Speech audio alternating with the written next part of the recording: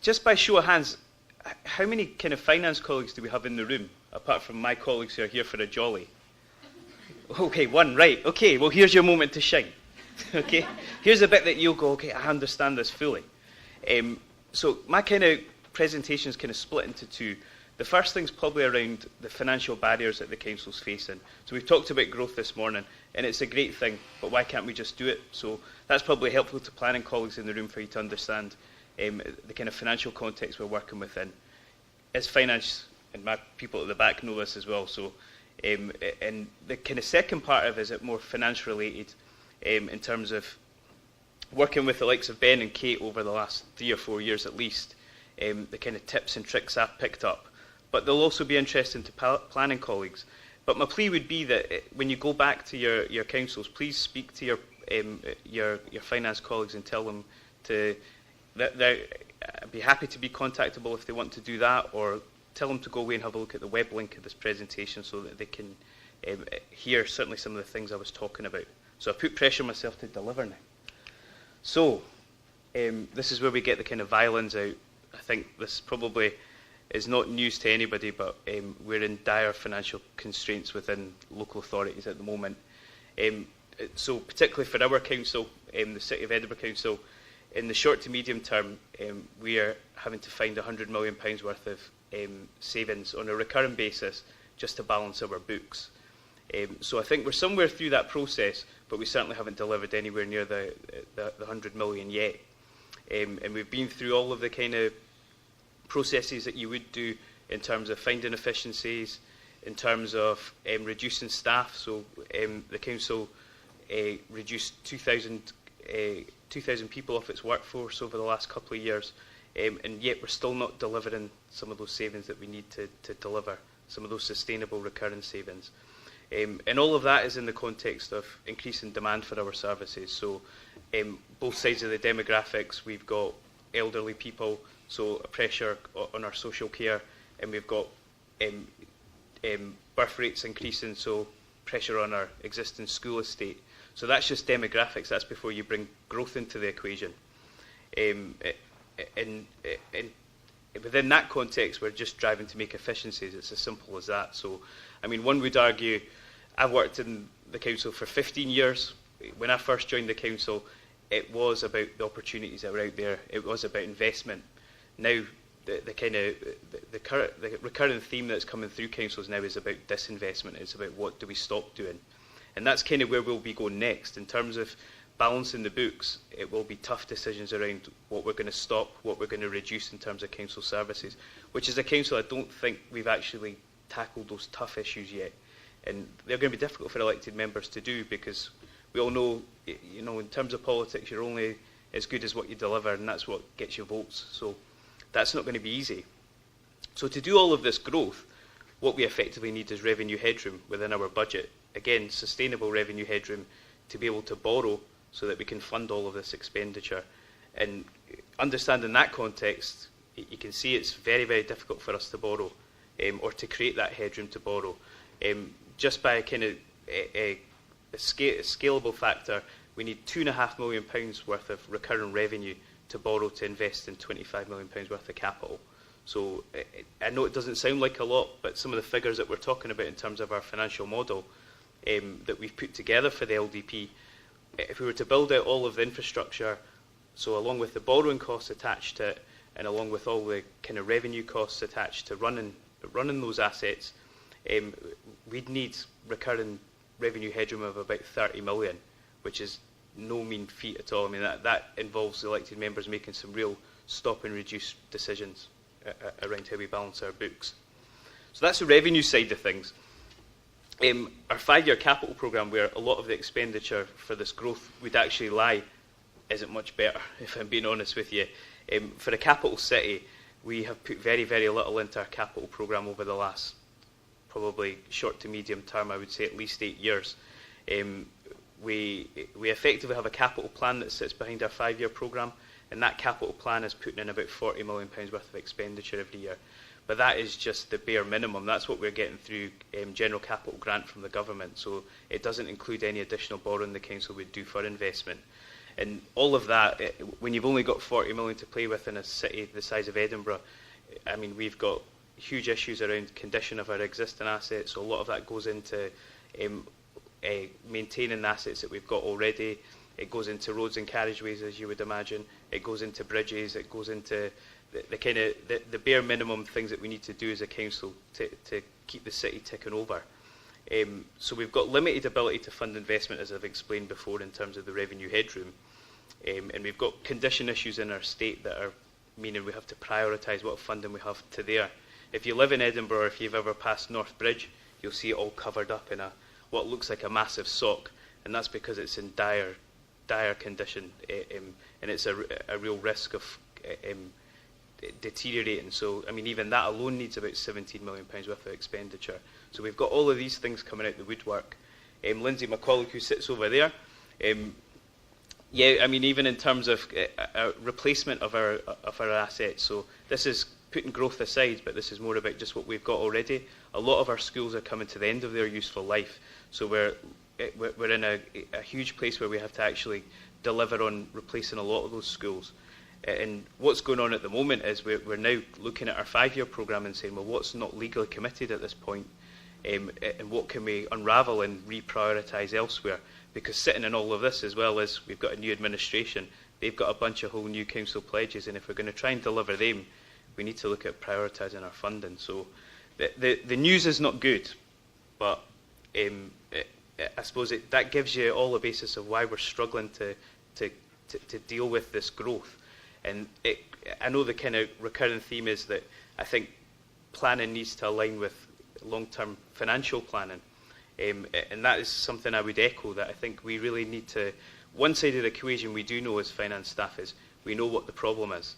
So I think that already sends us halfway along the journey. We certainly don't have a solution, which is echoing what Ben said. I mean, Alan, my colleague who sits at the back, who put together our financial model, we sat in a room with our directors, including our head of finance, to show them this £400 million ask of growth. And it went down like a lead balloon, to say the least. It did not go down well. And our head of finance was really taken aback, if I'm being honest. It's massive. It's huge. So the kind of second part of this presentation, and I can babble on for ages, so I'll try and keep it quite brief. But this is more around what finance officers can kind of learn from planning. Having been involved in the local development plan for at least 4 years now, I have to be honest, I knew nothing about planning before getting involved in this process. And as a finance kind of officer, I think we approach everything wanting to know what the risks are. So I think a lot of my tips and tricks here are probably related to finance staff, but around what tips I've got in terms of the risks that are sitting out there in terms of growth. So I think finance officers need to understand the planning system and how it operates, including the appeal system. I was aghast to find out how the appeal system works, particularly around kind of the developer's right of appeal. So even when we've got money in the bank, so we have agreed developers' contributions through Section 75 agreements, but the developer still has the right after that to go to appeal and say, actually, this affects my viability, I can't afford it, and then it goes to the reporter where the council has then lost control of what it's going to take in. So that's a real risk that finance staff need to understand, that even in terms of financial planning, we need to understand the things that are out with our control as well. In terms of planning permission as well, I was also aghast to find out that the council as planning authority can't refuse planning permission simply because it doesn't have a plan for how it's going to fund infrastructure down on the ground, which is why a lot of the work we're doing right now is proactive.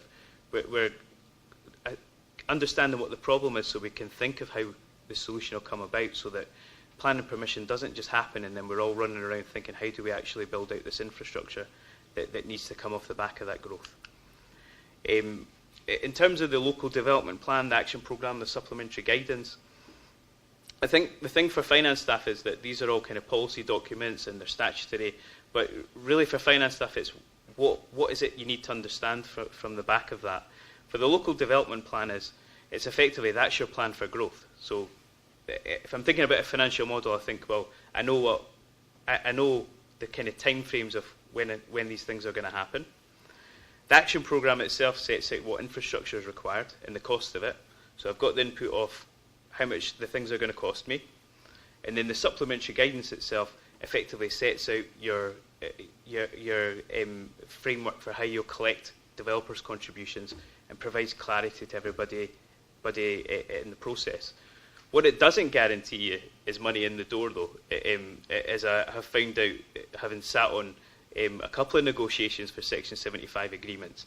And my tip to council staff and finance staff is that I think we approach everything with minimising as much risk, financial risk as possible to the council. And we approach it with we just want all of the money right now. And having been involved in one a couple of Christmases ago, which went on for months and months, and it was at the point where the reporter had said, look, you guys need to come to a compromise and iron this out, otherwise I'll decide what the Section 75 agreement is going to be. And I went into that process very much with we're just going to get everything we need out of them. But when you sit around the table with other staff, so we sat around the table with staff from education who were interested in just having the school, when you sit with planning who are interested in the growth, and then you sit with me around the table who's only interested in making sure we can afford all of it, you have to make compromises. And some compromises were made. In the end, we were getting land, we were getting money, all the money we were asking for. But the kind of compromise to that was it wasn't money up front. They were willing to give us it in tranches. And so when I went to speak to my head of finance, it was he said, well, I'm not going to die in a ditch over it. If we're getting some of what we need, if we have to front fund it or if we have to pay for a bit of borrowing in the short term, we'll do that. But that, we're halfway there.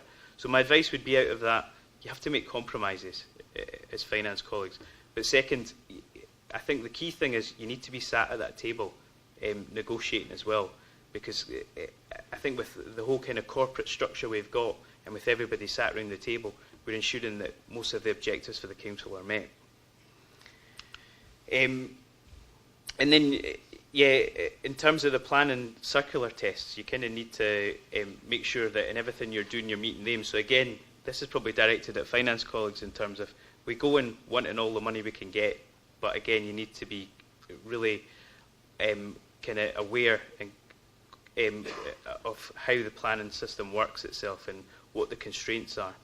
I mean, in terms of seeking contributions for infrastructure, you have to make sure that it's directly related to growth. You can't be asking for things that are part of your demographics every day.